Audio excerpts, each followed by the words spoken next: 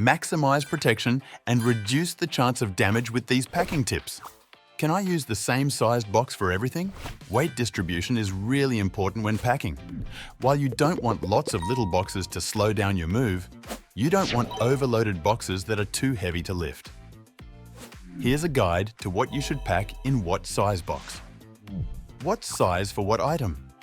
A small box can hold your heaviest items, like books, files, wine, small tools and shoes.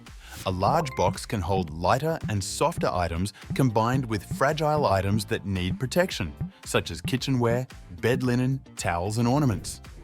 A lay-flat box can hold anything that can be flatly folded and is ideal for clothing and bed linen. A porta-robe can hold and move all your hanging clothes. No more bin liners and rumpled clothes. A picture box can hold square or rectangle items. Like computer monitors or paintings, you want to protect and keep isolated. So, to wrap up, remember, share the load. Pack light goods in large boxes and heavy objects in small boxes. Conroy Removals has DIY packing all boxed up. Head here for more tips.